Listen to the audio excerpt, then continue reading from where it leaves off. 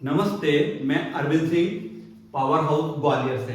मैं अपनी बात को फिर जारी रख रहा हूं जिसमें मैं ये कहना चाहूंगा कि कोई भी बात आपको मेरी मानना नहीं है, जानकर देखनी है। जानकर देखने के बाद आप उसे जांचना है। जांचने के बाद यदि बात सही निकलती है तो उसे स्वीकार करना है।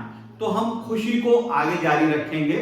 तो हम कैसे खुश रह सकते हैं उसके लिए पहले मैं एक छोटी सी कविता पढ़ूंगा। इतने सारे उपहार हैं जो तुमने जन्म से अब तक नहीं खोले हैं, इतने सारे हाथ से बनाए तोहफे हैं जो तुम्हें ईश्वर ने भेजे हैं।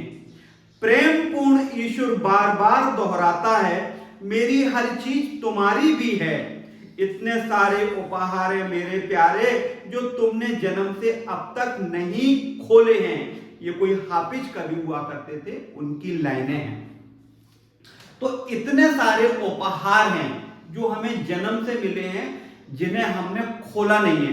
तो हमारे पास उपहारों की कमी नहीं है। अब जब मेरे पास उपहारों की कमी नहीं है तो मैं दुखी क्यों रहूंगा? मैं तो हमेशा खुश ही रहूंगा। लेकिन वो उसी लाइन में ये कह रहा है कभी जो हमने खोले नहीं है, तो हम इसको थोड़ा सा खोलने की कोशिश करेंगे। एक शब्द है जो बोर्ड पे आपको दिख रहा होगा, परिवर्तक। परिवर्तन तो शब्द आपने सुना होगा, ये मैं समझता हूं शायद एक नया शब्द है, परिवर्तक।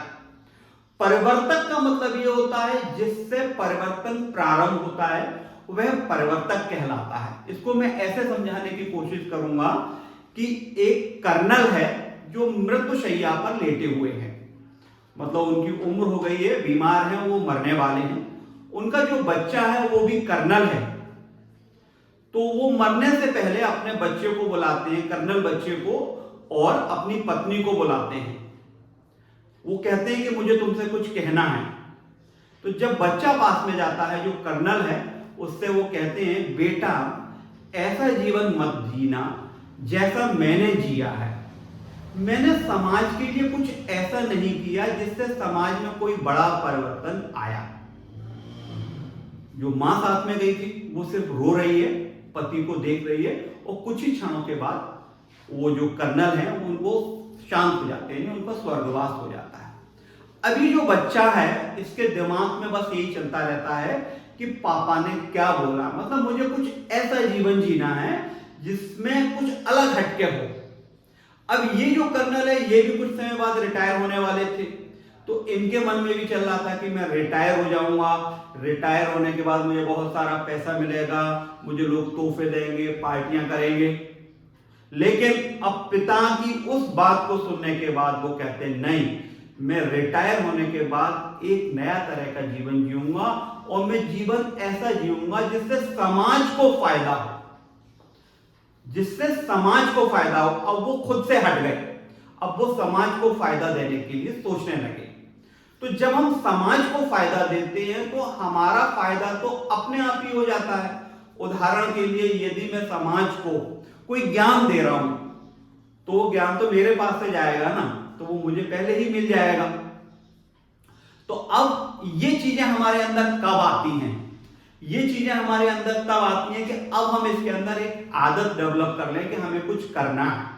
तो आज जो मैं बताना चाह रहा हूं आदत के ऊपर, ये जो आप चित्र देख रहे हैं ये चित्र आदत का चित्र है। ये जो हिस्सा है ये जो है आदत है। ये जो आदत है ये 3 चीजों से मिलकर बनती है। नंबर 1 नजरिया, नंबर 2 योग्यता, और नंबर 3 ज्ञान। यदि हमारे पास ज्ञान नहीं है या योग्यता नहीं है या नजरिया नहीं है तो हम आदत अपने अंदर डेवलप कर ही नहीं पाएंगे। और यदि ये तीनों चीजें हैं तो हम जैसी चाहें वैसी आदत अपने अंदर बना सकते हैं।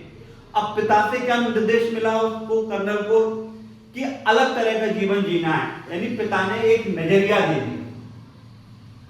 पिता के नजरिए से उसको ये ज्ञान भी मिल गया कि उसे कुछ अलग हटके करना है, और योग्यता यह है कि वो खुद फिजिकली स्वस्थ हैं तो वो अब कुछ करने के लिए चल पड़े।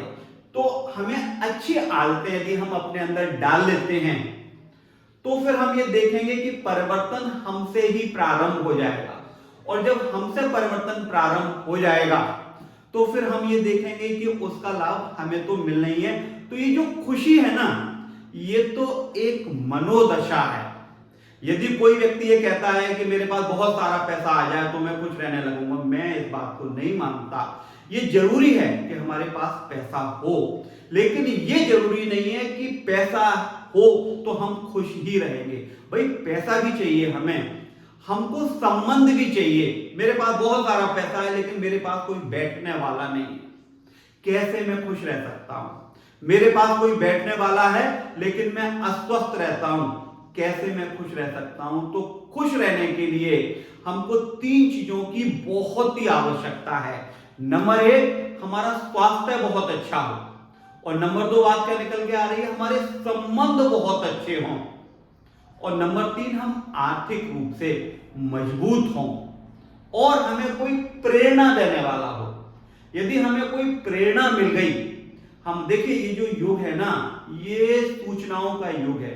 यदि हमारे पास कोई सही सूचना आ गई तो हम प्रगति करते जाएंगे, और सूचना सही नहीं आए तो हम जहां पर हैं वैसे ही बने रहेंगे। Thank you.